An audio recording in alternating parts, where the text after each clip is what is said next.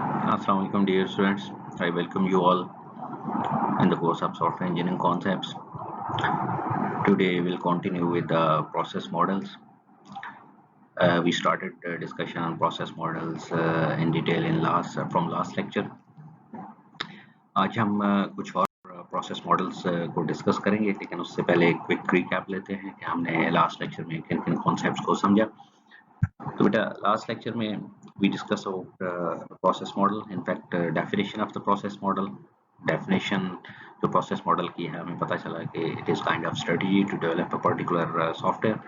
और हम जो different process models को select करते हैं, वो हम प्रोजेक्ट की नेचर को सामने रखते हुए मेथड्स और टूल्स जो डिफरेंट प्रोसेस मॉडल्स हमें ऑफर करते हैं उनको देखते हुए, और उसके अलावा हम कंट्रोल की एक्टिविटीज़ और मॉनिटरिंग की एक्टिविटीज़ को सामने रखते हुए डिफरेंट प्रोसेस मॉडल्स को सिलेक्ट करते हैं। और लास्ट लेक्चर में हमने जो बहुत ही हमारे पास सबसे पहला या ओल्डेस्ट प्रोसेस मॉडल है, that is waterfall process model, उसके ऊपर बात की, जो कि हमारे पास लीनियर सिक्वेंशियल फैशन को फॉलो करता है। उसके बाद हमने इंक्रीमेंटल प्रोसेस मॉडल को देखा, जिसमें हम सॉफ्टवेयर जो है इंक्रीमेंट्स में डिलीवर करते हैं, और फिर हर एक इंक्रीमेंट वही वाटरफॉल प्रोसेस मॉडल की फिलॉसफी को फॉलो कर रहा होता है। और हमने तीसरा जो प्रोसेस मॉडल लास्ट लेक्चर में डिस्कस किया, वो हमारे पास था प्रोटोटाइपिंग प्रोसेस मॉडल, जो कि हमारे पास एक एवोल्यूशनरी प्रोसेस मॉडल है, जिसमें हम आइटरेटिव या लूप बैक अप्रोच को फॉलो करते हुए सॉफ्टवेयर को डेवलप करते हैं। आज हम अपनी डिस्कशन को कंटिन्यू करते हैं प्रोसेस मॉडल्स के ऊपर। आज हम कुछ और प्रोसेस मॉडल्स जो स्टडी करेंगे, उसमें हमारे पास rapid application development process model है, स्पाइरल मॉडल है, कंपोनेंट बेस्ड मॉडल है, और फॉर्मल मेथड मॉडल है। इस तरह से हम आज इन चार प्रोसेस मॉडल्स के ऊपर प्रोसेस मॉडल्स की जो डिस्कशन है इसको कंप्लीट करेंगे। इसके अलावा हमारे पास कुछ और प्रोसेस मॉडल्स ऑल्दो अवेलेबल हैं, जो आपको अपनी रिकमेंडेड टेक्स्ट बुक में भी अवेलेबल होंगे, या आप गूगल करेंगे तो आपको मिलेंगे, लेकिन वो तमाम प्रोसेस मॉडल्स प्राइमरीली इन्हीं मॉडल्स को फॉलो करने हैं। इसके अलावा कुछ अगर एडवांस प्रोसेस मॉडल्स जो हैं उनको हम अपकमिंग लेक्चर्स में कवर करने की कोशिश करेंगे। तो let's start with the first process model in today's lecture, that is RAD model. RAD stands for Rapid Application Development Model. Rapid Application Development Model. इस तरह नाम से क्लियर है कि हमें इससे ये फीलर मिलता है कि इसमें हम जब ये मॉडल यूज़ करेंगे तो हमारी जो इंटेंशन होगी वो रैपिड डेवलपमेंट की इंटेंशन होगी, कि हम सॉफ्टवेयर को बहुत ही क्विकली डेवलप करना चाह रहे होंगे, तो ये वाला मॉडल हम चूज़ करेंगे। तो बेटा सबसे पहले इस मॉडल को डिटेल में जाने से पहले इसको पिक्टोरियली समझने की कोशिश करते हैं कि इस मॉडल में हमारे पास हो क्या रहा है। तो अगर आप को याद हो, जो हमने एक्टिविटीज़ जेनेरिक प्रोसेस मॉडल की डिस्कस की थी, जिसमें हमने बात की थी कम्युनिकेशन के ऊपर, फिर हमने प्लानिंग पे बात की, फिर हमने मॉडलिंग के बात की, फिर हम मूव करते हैं कंस्ट्रक्शन पे, और फिर हम डिप्लॉयमेंट के ऊपर जाते हैं। अगर यहाँ पे अगर गौर करें आप, तो यू विल फील कि आपको वो तमाम वही जेनेरिक प्रोसेस मॉडल की जो एक्टिविटी हैं वो नजर आएंगी, like this is communication, this is planning, और फिर अगर हम देखें कि हमारे पास ये कम्युनिकेशन और प्लानिंग हो गया, और deployment, you can find deployment over here. लेकिन यहाँ पे थोड़ा सा जो इसका एक डिफरेंट स्टाइल है प्रोसेस मॉडल का, look into this particular rectangle, you will feel कि आपको नजर आ रहा होगा यहाँ पे टीम 1, टीम 2 और टीम 3, और फिर हर एक टीम के साथ आपको जो डिफरेंट स्टेजेस जो दो हमारे पास मिसिंग है, दैट इज मॉडलिंग और कंस्ट्रक्शन, वो आपको यहाँ पे नजर आएगी। यानी कि टीम 1 मॉडलिंग कर रही है और फिर कंस्ट्रक्शन कर रही है, इसी तरह से टीम 2 मॉडलिंग कर रही है, फिर कंस्ट्रक्शन कर रही है, टीम 3 मॉडलिंग कर रही है, और फिर उसके बाद कंस्ट्रक्शन कर रही है। तो बेटा इस जो पिक्टोरियल रिप्रेजेंटेशन है, इससे हमें एक ये चीज पता चलती है कि इसमें जब हम एक सॉफ्टवेयर को डेवलप करने जाते हैं, तो प्रोजेक्ट को हम पहले एज अ होल कंप्लीट उसकी कम्युनिकेशन और प्लानिंग की एक्टिविटीज कंप्लीट कर लेते हैं। मींस अगर हमारे पास एक प्रोजेक्ट है, फॉर इंस्टेंस हम ये अज्यूम करते हैं कि हमारे पास प्रोजेक्ट है, it may consist of various modules like M1, M2, M3 and M4 different modules हैं। तो हम जो इसकी कम्युनिकेशन और जो प्लानिंग है, वो इन तमाम मॉड्यूल्स की हम ऑल टुगेदर इकट्ठे कंप्लीट कर लेते हैं। लाइक एक कंप्लीट प्रोजेक्ट को हम क्या करते हैं, पहले उसमें कम्युनिकेशन की एक्टिविटीज़ पे अप्लाई करते हैं और फिर हम सारी चीज़ों को अकॉर्डिंगली उसकी प्लानिंग कर लेते हैं। लाइक कम्युनिकेशन में प्रोजेक्ट को इनिशिएट करना, रिक्वायरमेंट गैदरिंग करना, प्लानिंग में आपके पास एस्टिमेशन है, शेड्यूलिंग है और ट्रैकिंग है। वो तमाम एक्टिविटीज़ हम क्या करते हैं इस प्रोजेक्ट के ऊपर एज अ होल हम अप्लाई कर देते हैं। उसके बाद अगर हम देखें तो हम क्या करते हैं, वन बाय वन एक मॉड्यूल को पिक करते हैं और किसी एक टीम को हम ये असाइन कर देते हैं। लाइक ये जो जितने भी मॉड्यूल्स हैं ये इनकी डेवलपमेंट आपके पास पैरेलल हो रही होती है, साइड बाय साइड हो रही है। लाइक अगर हमारे पास इसको देखें तो ये टीम 1 फॉर इंस्टेंस इसको डेवलप कर रही है। अगर हम टीम 2 की बात करते हैं तो टीम 2 हमारे पास इसके ऊपर काम कर रही है। यहाँ पे अगर हम देखते हैं, ठीक है, टीम 2 काम कर रही है। इस तरह M3 की अगर बात करते हैं तो फॉर इंस्टेंस वो इस पे काम कर रही है और प्रोबब्ली अगर हमारे पास नेक्स्ट टीम होती तो वो ये हमारे पास इसके ऊपर काम कर रही है। तो यूं हमारे पास जो यहाँ डिफरेंट मॉड्यूल्स में हम लेटर ऑन अपने प्रोजेक्ट को डिवाइड करते हैं और हर एक मॉड्यूल के ऊपर डिफरेंट टीम्स जो हैं वो पैरेलल में काम कर रही होती हैं और वो क्या एक्टिविटीज परफॉर्म करती हैं। अब हमारे पास ज़ाहिर है कम्युनिकेशन की activity perform already as a whole हो चुकी और प्लानिंग की हो चुकी जो हमने यहाँ पे देखा। इसके बाद हर एक टीम को जब डिफरेंट मॉड्यूल्स असाइन हो जाते हैं तो वो फिर उस स्पेसिफिक मॉड्यूल के ऊपर जो मॉडलिंग की टास्क है और कंस्ट्रक्शन की वो कंप्लीट करती है। इसी तरह मॉड्यूल 2 के ऊपर टीम 2 काम कर रही है, वो उसके ऊपर मॉडलिंग और कंस्ट्रक्शन की एक्टिविटीज परफॉर्म करेगी एंड सो फोर्थ। हमारे पास टीम 3 के केस में भी यही होगा। जब ये तीनों टीम्स अपनी कंस्ट्रक्शन की एक्टिविटीज कंप्लीट कर लेती हैं, लाइक ये एक्टिविटीज हमारे पास यहाँ कंप्लीट होती हैं, तो ये लेटर ऑन हम क्या करते हैं फिर मूव करते हैं। हमारे पास जो एक एक्टिविटी रिमेनिंग रह जाती है वो हमारे पास कौन सी एक्टिविटी रह जाती है, दैट इज कॉल्ड डिप्लॉयमेंट। तो ये डिप्लॉयमेंट की एक्टिविटी फिर एज अ होल ये जो डिप्लॉयमेंट की एक्टिविटी है ये एज अ होल तमाम प्रोजेक्ट पे होती है। लाइक हम ये क्या करते हैं, जितने भी मॉड्यूल्स हमारे पास कंस्ट्रक्शन हो गया ये हम उनको इंटीग्रेट करते हैं और इंटीग्रेट करने के बाद हम क्या करते हैं कस्टमर की तरफ उसे डिलीवर कर देते हैं और फिर वही प्रोसेस हमारे पास जो सपोर्ट और फीडबैक है वो कंटिन्यू करता है। तो रैपिड एप्लीकेशन डेवलपमेंट कैसे पॉसिबल है? रैपिड डेवलपमेंट है तो obviously in case of rapid development we need numerous teams that may work parallel on the project, but instead के वो टीम स्टार्ट से ही तमाम मॉड्यूल्स पे पैरेलल काम करें। हम स्टार्ट में कम्युनिकेशन और प्लानिंग की एक्टिविटीज ये रैपिड एप्लीकेशन डेवलपमेंट मॉडल हमें ये कहता है कि आपने कंबाइन परफॉर्म करनी है ताकि हमें एक प्रोजेक्ट की बिग पिक्चर तमाम रिक्वायरमेंट्स पता चलें, बिग पिक्चर मिले और हम एक पूरे प्रोजेक्ट की कंप्लीट जो एस्टिमेशन है, ट्रैकिंग है और उसकी जो हमारे पास स्केड्यूलिंग है वो हम परफॉर्म कर लें और फिर हम तमाम टीम्स को इंडिविजुअली हर मॉड्यूल्स असाइन करते जाएं, ठीक है। और फिर एट द एंड जब वो कंस्ट्रक्शन कंप्लीट हो जाए तो यहाँ पे हम इंटीग्रेशन को परफॉर्म करके तो चीज़ें कर लें। तो इस तरह से हमें यहाँ पे जो रैपिड एप्लीकेशन डेवलपमेंट है उसमें ये पता चलता है कि ये रैपिड एप्लीकेशन डेवलपमेंट में न्यूमरस टीम्स काम कर रही होती हैं पैरेलल में। इस तरह से ये डुएबल होता है। इससे एक और जो चीज़ हमें क्लियर होती है कि अगर पैरेलल में काम हो रहा है तो ऑब्वियसली हमें इसमें जो मैन पावर है वो भी ज़्यादा रिक्वायर्ड है। We need more efforts and more resources to develop this particular software, ठीक है। तो इसके अलावा जो हम आगे जाके भी देखेंगे अपकमिंग स्लाइड्स के ऊपर कि यूजुअली जो रैपिड एप्लीकेशन डेवलपमेंट की हम बात करते हैं तो इसका जो स्पैन जो सॉफ्टवेयर इंजीनियरिंग हमें रिकमेंड करती है वो यूजुअली 60 टू 90 डेज का होता है। अब हम देखते हैं रैपिड एप्लीकेशन डेवलपमेंट मॉडल की जो डिफरेंट डिटेल्स हैं वो क्या हैं। तो फर्स्ट ऑफ ऑल हमारे पास इसमें ये कहा जा रहा है कि रैपिड एप्लीकेशन डेवलपमेंट मॉडल जो है ये एम्फेसिस करता है एक्सट्रीमली शॉर्ट डेवलपमेंट के ऊपर, ठीक है। हमारे पास शॉर्ट डेवलपमेंट साइकिल होता है जिसके ऊपर हम बात कर चुके हैं 60 टू 90 डेज के। रैपिड एप्लीकेशन डेवलपमेंट मॉडल हम प्रेफरेबली वहाँ पे यूज़ करते हैं जहाँ हमें फास्ट ट्रैक डेवलपमेंट ज़रूरत होती है। दूसरा ये है कि जब रिक्वायरमेंट्स आपके पास वेल अंडरस्टूड हों तो तब ये सूटेबल होता है। रैपिड एप्लीकेशन डेवलपमेंट तब सूटेबल होता है जब रिक्वायरमेंट वेल अंडरस्टूड हो। अगर आप यहाँ पे गौर करें तो रैपिड एप्लीकेशन डेवलपमेंट भी जो आपका लीनियर सिक्वेंशियल ऑर्डर है उसी को ही फॉलो कर रहा है, ठीक है। दैट्स व्हाई जो रिक्वायरमेंट्स हैं these must should be well understood, तब हम इस मॉडल को चूज कर सकते हैं। इसके अलावा एक और इम्पॉर्टेंट चीज़ इस कॉन्टेक्स्ट में कही आ रही है कि ये ऐसे प्रोजेक्ट्स के लिए सूटेबल होता है जो लार्ज हों, ठीक है, लेकिन स्केलेबल प्रोजेक्ट्स हों। स्केलेबल प्रोजेक्ट से क्या मुराद है यहाँ पे इसको समझने की जरूरत है। एक चीज़ हमें क्लियर होगी कि जो लार्ज स्केल प्रोजेक्ट्स हैं प्रॉब्ली उनके लिए ये बहुत ही सूटेबल है।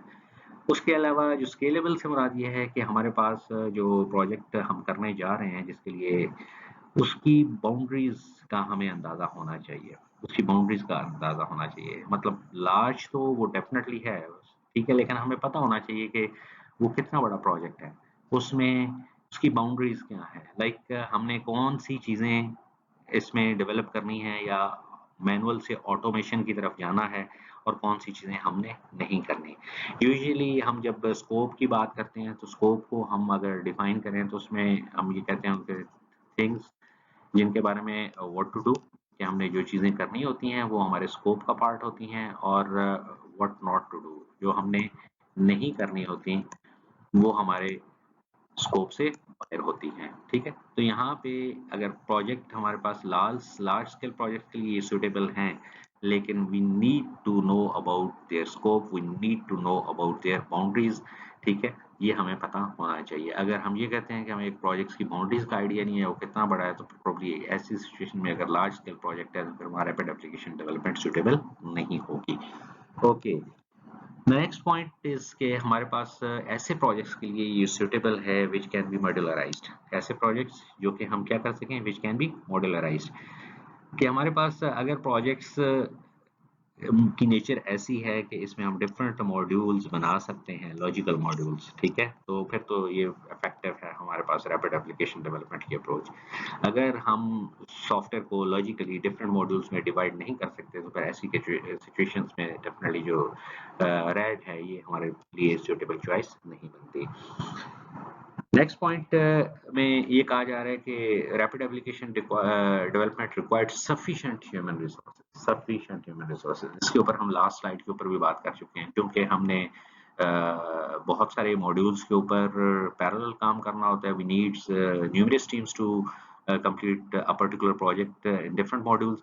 तो डेफिनेटली अगर हमारे पास बहुत सारी टीम्स होंगी तो बहुत सारी टीम्स में हमें ज्यादा मैन पावर रिक्वायर्ड होगी।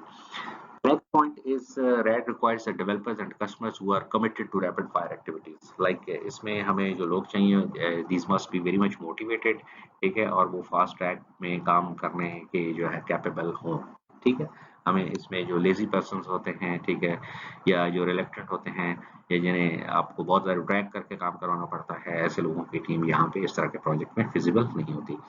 The next point is rapid application development is not appropriate when technical risks are high. This is very important कि आपके कुछ प्रोजेक्ट्स ऐसे होते हैं यहाँ पे जो आपके टेक्निकल रिस्क होते हैं वो बहुत ज़्यादा हाई होते हैं, तो वहाँ पे ये आपका जो रैड है ये ऐसी केसेस में बिल्कुल भी सूटेबल नहीं है। टेक्निकल रिस्क हाई होने से क्या मुराद है कि आप कोई एक प्रोजेक्ट बनाने जा रहे हैं या एक सॉफ्टवेयर बनाने जा रहे हैं या मैनुअल ऑटोमेशन मैनुअल से ऑटोमेशन की तरफ जा रहे हैं, तो ऐसे केसेस में समटाइम्स मैनुअल चीज़ों को ऑटोमेट जो करना होता है वो टेक्निकली बहुत डिफिकल्ट होता है। वो ऐसी सिचुएशंस होती हैं कि उसका सोल्यूशन प्रोवाइड करना मुश्किल होता है, या उस तरह के पहले सोल्यूशंस अवेलेबल नहीं होते, आप कोई नोवेलिटी की तरफ जा रहे होते हैं।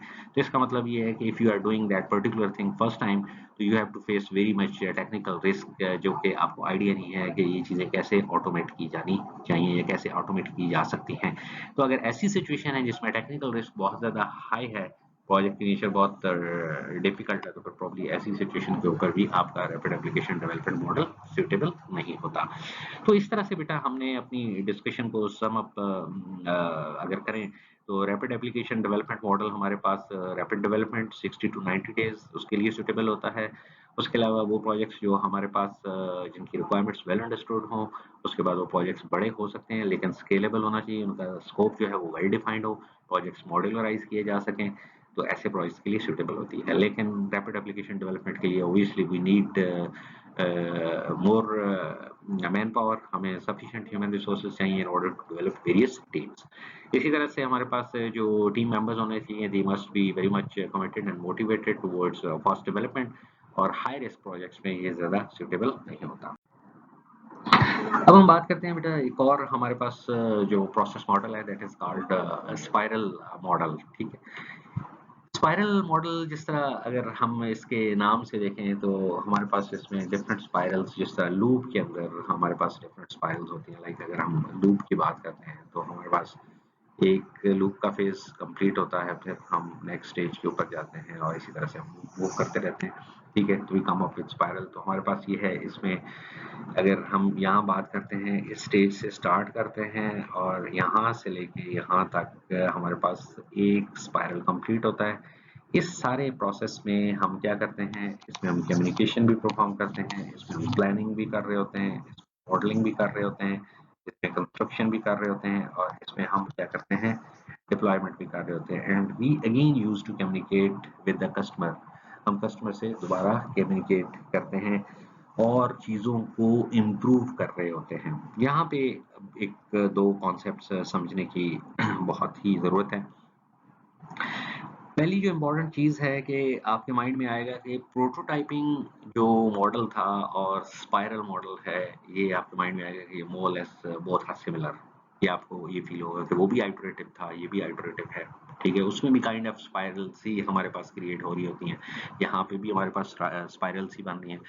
लेकिन बेटा यहाँ पे एक बहुत ही इम्पोर्टेंट चीज़ जो समझने की है कि although you can see in each spiral you are doing communication, you are doing planning, you are doing modeling, you are doing construction, you are doing deployment, ठीक है। और यही काम हमारे पास प्रोटोटाइपिंग में भी हो रहा था। लेकिन स्पाइरल के बारे में जो एक इम्पॉर्टेंट चीज हमें माइंड में रखनी चाहिए कि हमारे पास जो इनर स्पाइरल्स होती हैं, इनर स्पाइरल्स, इसकी कोई बाउंड्री का तयन नहीं है कि लाइक आप ये कहें कि जी इनर एक स्पाइरल या इनर हम दो स्पाइरल्स के ऊपर बात कर रहे हैं, ठीक है।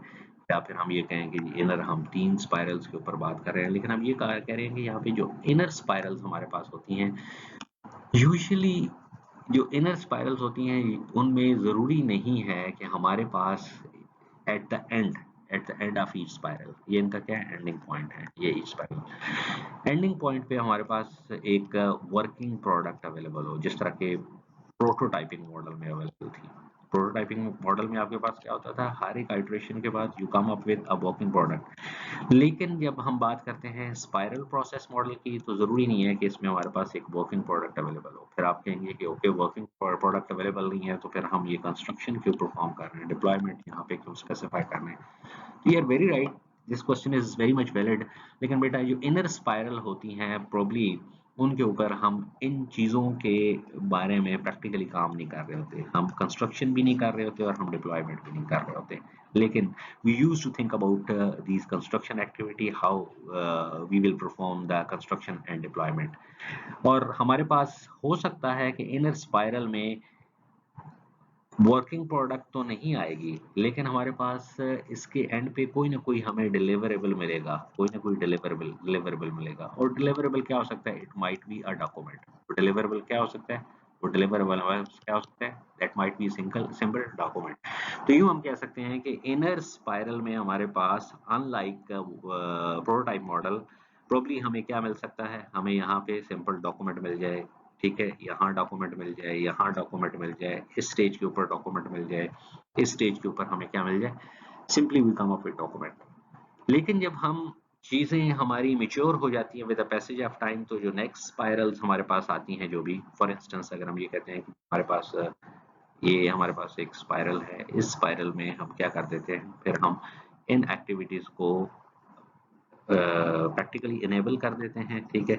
और यूं हमारे पास आउटर स्पाइरल्स के केस में क्या आता है, हमारे पास जो वर्किंग प्रोडक्ट है वो हमें मिलना शुरू हो जाता है, यानी instead of simply a document जो कि हमें इन इनर स्पाइरल्स में मिलते हैं, हमारे पास आउटर स्पाइरल्स के केस में क्या है, we come up with working product. तो इस तरह से हमारे पास ये प्रोटोटाइपिंग मॉडल से डिफरेंट होता है। और वैसे भी प्रोटोटाइपिंग मॉडल आपके वहाँ जहाँ पे रिस्क फैक्टर बहुत ज़्यादा हो वहाँ पे सुटेबल नहीं होते हैं, जबकि जो स्पाइरल प्रोसेस मॉडल है ये बहुत ही सुटेबल अप्रोच है, जहाँ पे आपके प्रोजेक्ट्स में टेक्निकल रिस्क बहुत ज़्यादा हाई होते हैं। अब हम थोड़ी सी पिक्टोरियल रिप्रेजेंटेशन के बाद इसकी डिटेल को समझने की कोशिश करते हैं। जितनी बातें मैंने आपको वॉबली यहाँ पे समझाने की कोशिश की, उनको हम देखते हैं कि हमारे पास ये फैक्ट्स क्या हैं।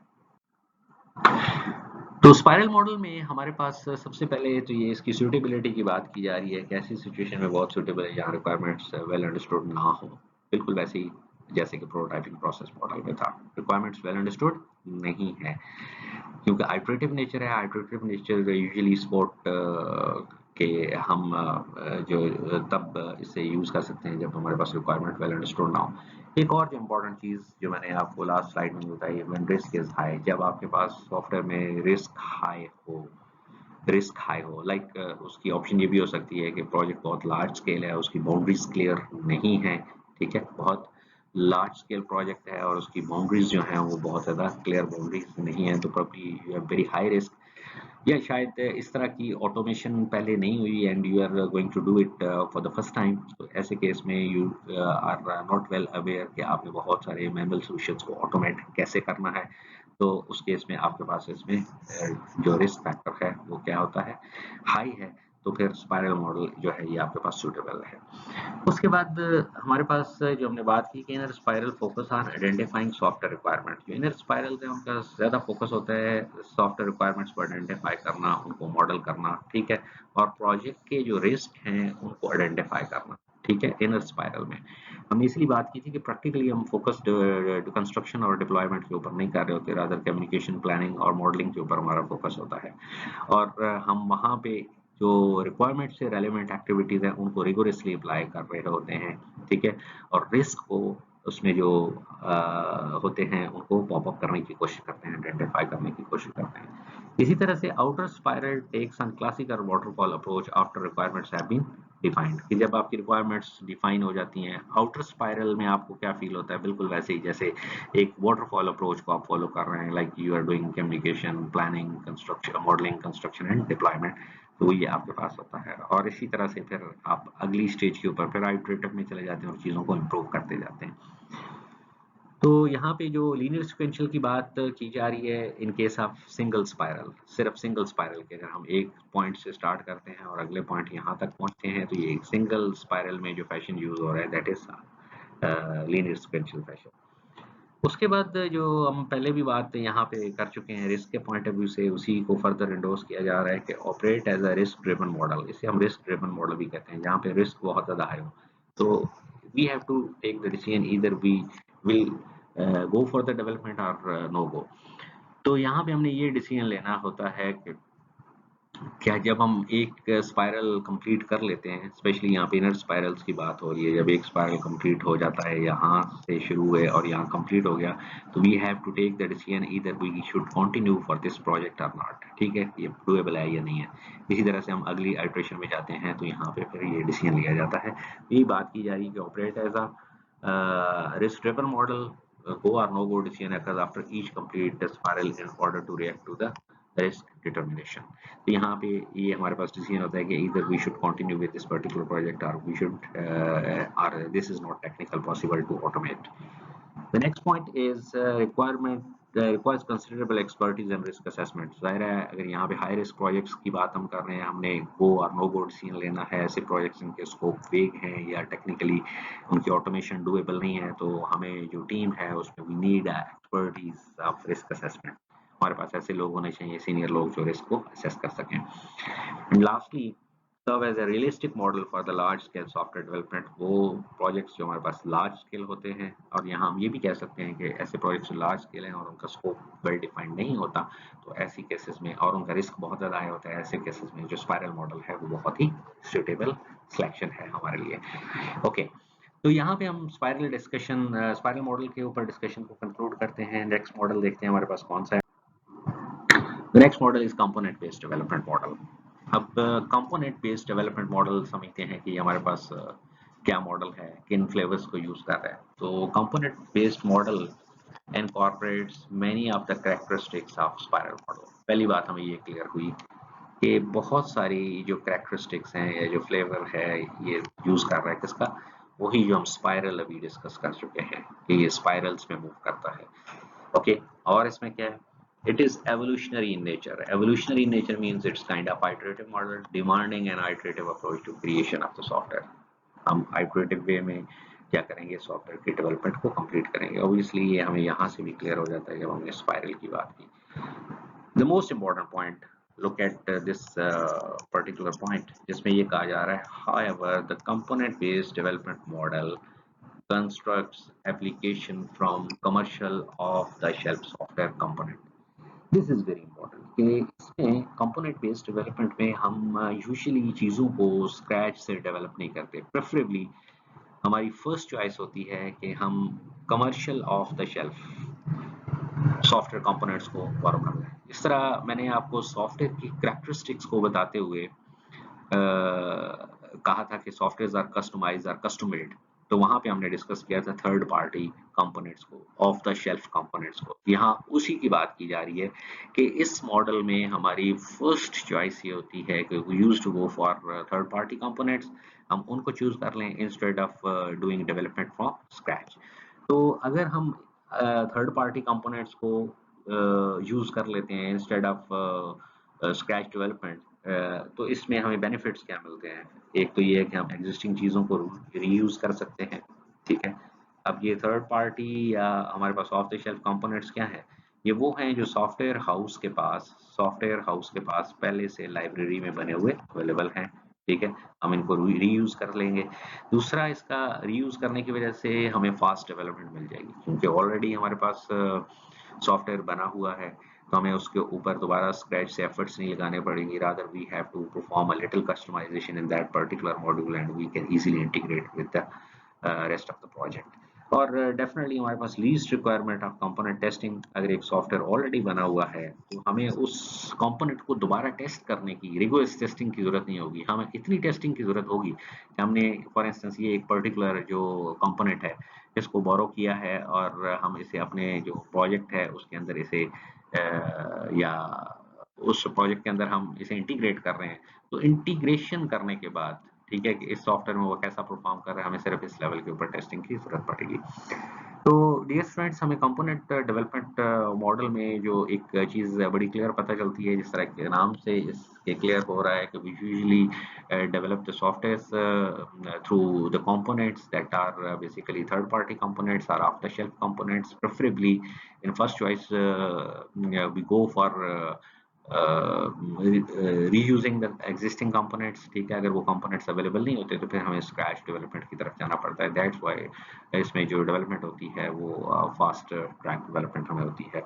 अब इस मॉडल को हम थोड़ा सा फिगर के थ्रू समझने की कोशिश करते हैं। जो हमने जितने कॉन्सेप्ट्स डिस्कस किए कि ये कैसे स्पाइरल के फ्लेवर को यूज कर रहा है और कैसे ये हमारे पास डिफरेंट कंपोनेंट्स को रीयूज करने के कैपेबिलिटी रखता है। अगर कंपोनेंट्स अवेलेबल ना हो तो हम कैसे स्क्रैच से डेवलपमेंट करते हैं। तो बेटा, you can see in this figure, अगर हम लेफ्ट साइड फिगर देखें तो हमारे पास ये बिल्कुल वही आपको फ्लेवर नजर आ रहा होगा जो कि आपके पास स्पाइरल मॉडल था। स्पाइरल मॉडल में हम जाहिर है वही जो जेनेरिक सॉफ्टवेयर प्रोसेस की एक्टिविटीज हैं, बिल्कुल एज इट इज वही तमाम एक्टिविटीज परफॉर्म हो रही हैं। तो बेसिकली ये जो फॉलो करता है ये स्पाइरल ही नेचर को फॉलो कर रहा होता है, ठीक है। लाइक हम कम्युनिकेशन करते हैं, प्लानिंग करते हैं, मॉडलिंग करते हैं, कंस्ट्रक्शन और फिर ऑनवर्ड्स। इसमें हमारे पास जो डिफरेंस एक है या ये जो एडिशनल चीज आती है कंपोनेंट बेस्ड डेवलपमेंट मॉडल में, वो इसका ये फ्लेवर है कि जो हमने कहा है कि ये थर्ड पार्टी कंपोनेंट्स को प्रेफर करता है इंस्टेड के हम स्क्रैच से डेवलपमेंट करें। तो आप यहाँ पे देख सकते हैं कि हमारे पास ये जो रेड एक लाइन जा रही है, डायरेक्टेड लाइन यहाँ जा रही है, ये कंस्ट्रक्शन फेज में है।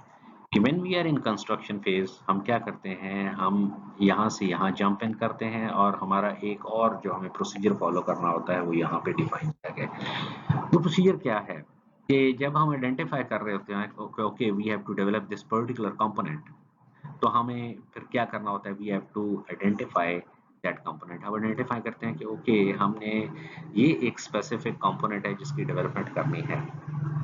ओके, ये बात क्लियर होगी कि इससे ये पता चलता है कि हमने ये डिसाइड कर लिया कि कौन सा कंपोनेंट है जिसकी डेवलपमेंट हमने करनी है। तो प्रेफरेबली हमने ये कहा था कि ये स्क्रैच से डेवलपमेंट में नहीं जाता। तो अगली स्टेज में आप देखें क्या कर रहे हैं, लुकअप कंपोनेंट इन लाइब्रेरी। हमारे पास जो सॉफ्टवेयर उसके पास एग्जिस्टिंग बहुत सारे सॉफ्टवेयर के कंपोनेंट बने होंगे। हम क्या करेंगे, लाइब्रेरी में देखेंगे कि क्या वो पर्टिकुलर कंपोनेंट हमारे पास अवेलेबल है, तो हम क्या कर लेंगे, उस कंपोनेंट को हम पिक कर लेंगे। ठीक है, हम लाइब्रेरी को देखेंगे, ठीक है, look up the component in library, और नेक्स्ट स्टेज के ऊपर के एक्सट्रैक्ट कंपोनेंट इफ अवेलेबल, हम अगली स्टेज में उस कंपोनेंट को पिक कर लेते हैं कि ओके ये वो स्पेसिफिक कंपोनेंट है दैट इज डिजायरेबल। और हम क्या करते हैं, अगर ये कंपोनेंट अवेलेबल नहीं है तो फिर आप देखें फिर हम क्या कर रहे हैं, फिर हम कर रहे हैं बिल्ड कंपोनेंट इफ अनअवेलेबल।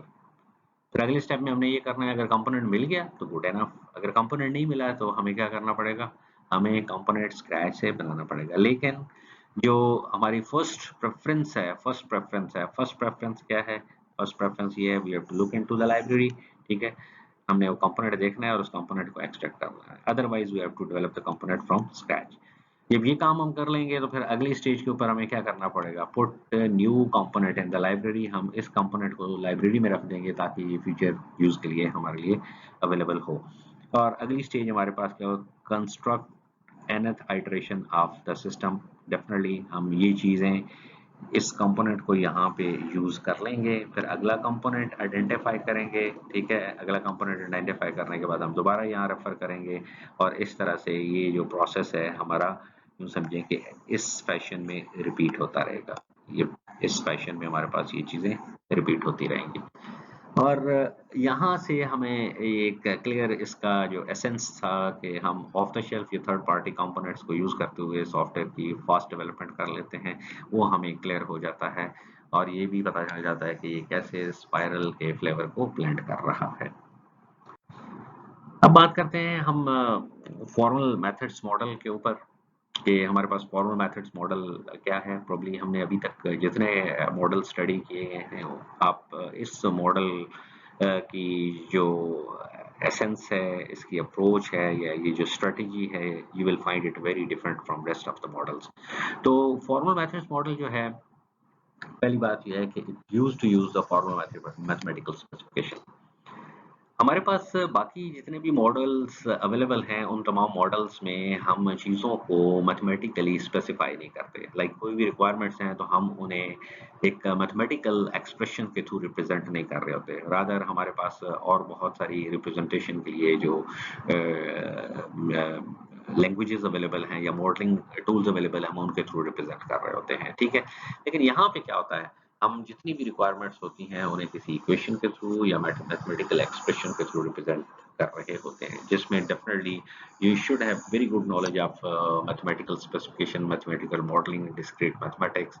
ये नॉलेज होगा तो तब आप क्या करेंगे, एक रिक्वायरमेंट को आइडेंटिफाई करके उसको स्पेसिफाई कर सकेंगे। ओके, अगर हम इसमें ये एक बहुत ही डिफिकल्ट टास्क परफॉर्म कर रहे हैं, तो इसका मतलब ये हुआ कि हमारे पास ये जो एक मैथ मॉडल अवेलेबल है, जो फॉर्मल मेथड्स का मॉडल है, ये हमारे पास जो रेस्ट ऑफ द मॉडल्स हैं, जो रेस्ट ऑफ द मॉडल्स हम यूज करते हैं, उसकी बहुत सारी ऐसी प्रॉब्लम्स होंगी, उसकी डिफिकल्टीज होती हैं, जिनको ये बेसिकली ओवरकम करता है सॉफ्टवेयर इंजीनियरिंग के पैराडाइम में रहते हुए, ठीक है। वो क्या है, इसका मतलब ये हुआ कि when formal methods model are used, the problems that are difficult to overcome using other software engineering paradigms, ठीक है, उन चीजों को ये एड्रेस कर रहा होता है। वो कौन सी ऐसी चीजें हैं, अगर आप यहाँ पे गौर करें तो यू कैन सी एम्बिगुइटी। तो इसका मतलब ये है कि एम्बिगुइटीज के जो इश्यूज होते हैं, एम्बिगुइटीज कहाँ पे, एम्बिगुइटीज इन द रिक्वायरमेंट। जब हम यूजर से रिक्वायरमेंट लेते हैं तो probably if we are not clear about something, तो ऐसी सिचुएशन में हमारे पास जो फॉर्मल मेथड्स मॉडल है हमें सपोर्ट करता है कि हम मैथमेटिकल मॉडलिंग या मैथमेटिकल स्पेसिफिकेशन के थ्रू उन एम्बिगुइटीज को खत्म करें।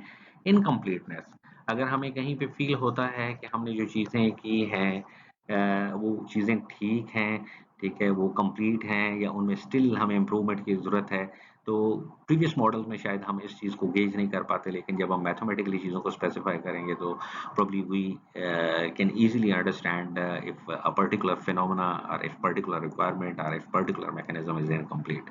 इसी तरह से हमारे पास inconsistencies के issues आ सकते हैं। Inconsistency कोई चीज़ एक जगह पे एक तरह से हो रही है, अगर दूसरी जगह देखें तो वो दूसरी जगह डिफरेंट तरह से हो रही है, या एक रिक्वायरमेंट एक जगह पे हमें जो पता चलती है वो और तरह से बताई जाती है, दूसरी जगह पे और जगह पे बताई जाती है, तो दोनों चीज़ों में क्या आ जाती है, इनकंसिस्टेंसी आ जाती है। तो अगर हम ये फॉर्मल मेथड्स मॉडल यूज़ करते हैं तो ये जो इश्यूज़ एम्बिगुइटीज़, इनकम्प्लीटनेस और इनकंसिस्टेंसी के इश्यूज़ होते हैं, इनको हम आसानी से के साथ डिस्कवर कर सकते हैं, ठीक है, और इनको करेक्ट किया जा सकता है।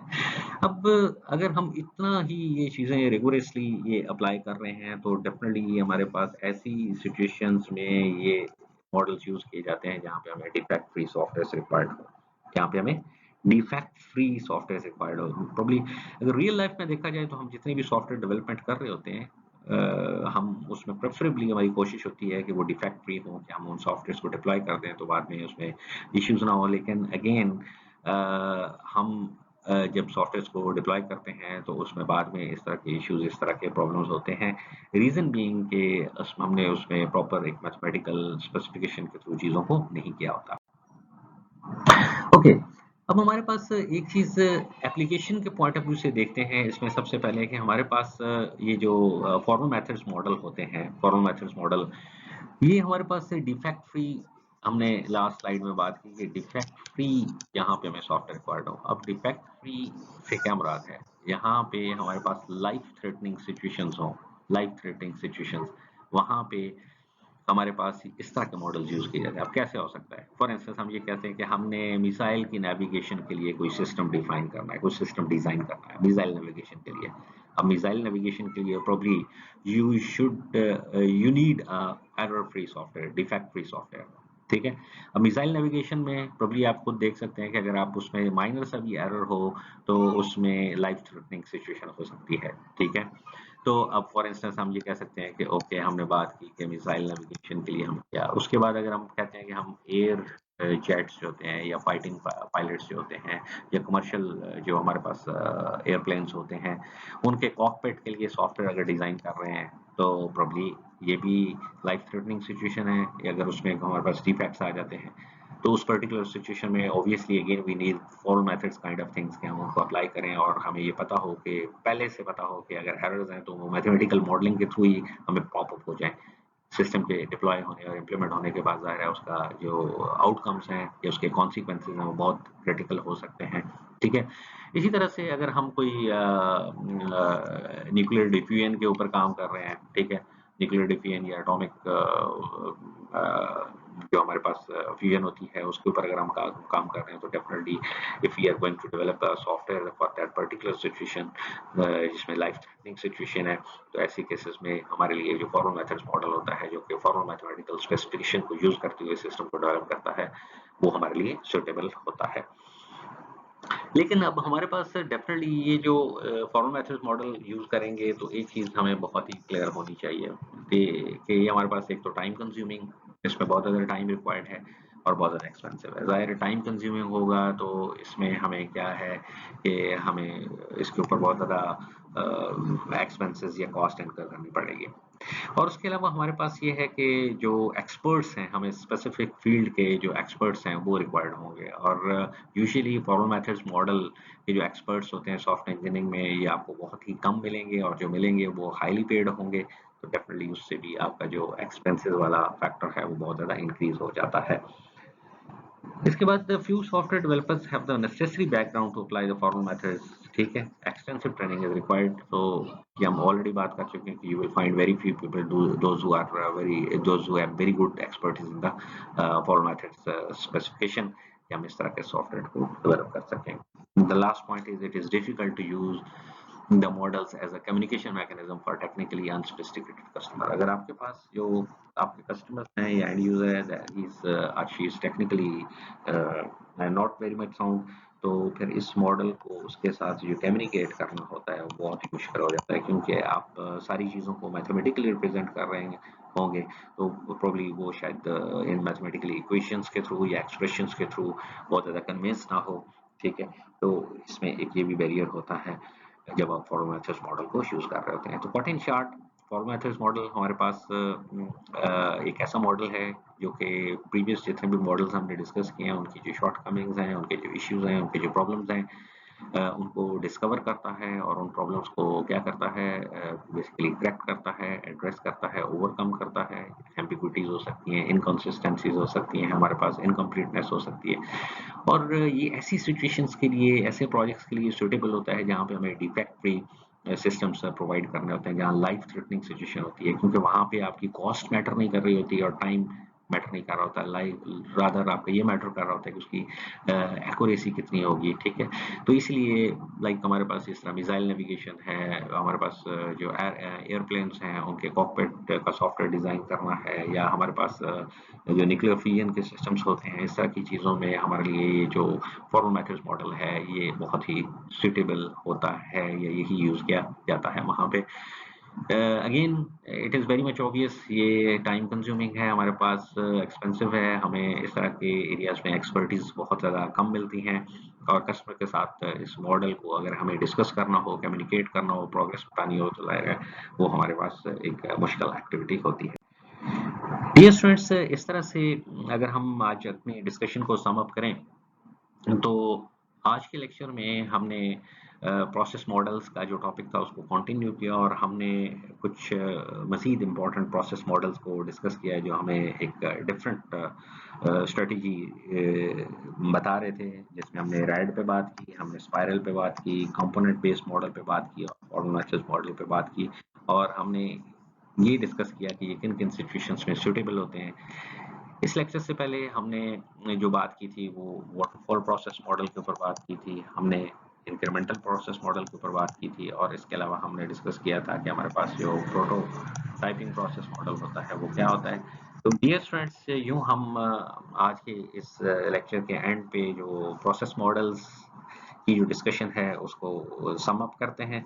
इसके बाद हम अपकमिंग लेक्चर्स में कुछ एडवांस जो हमारे पास टेक्निक्स हैं सॉफ्टवेयर डेवलपमेंट की, उनके मॉडल्स को डिस्कस करेंगे। फॉर इंस्टेंस अगर मैं बात करूं कि हमारे पास एजाइल सॉफ्टवेयर डेवलपमेंट एक प्रेजेंट एरा में एक न्यू स्टाइल है, तो एजाइल सॉफ्टवेयर डेवलपमेंट हमें कौन से प्रोसेस मॉडल्स के बारे में बताती है, हम उसके ऊपर बात करेंगे। इसके अलावा हमारे पास जो यूनिफाइड प्रोसेस मॉडल्स हैं वो क्या होते हैं, हम अपकमिंग लेक्चर्स में उनके बारे में डिस्कस करेंगे। तो आज के लिए इतना ही, अपना ख्याल रखिएगा, अल्लाह हाफिज।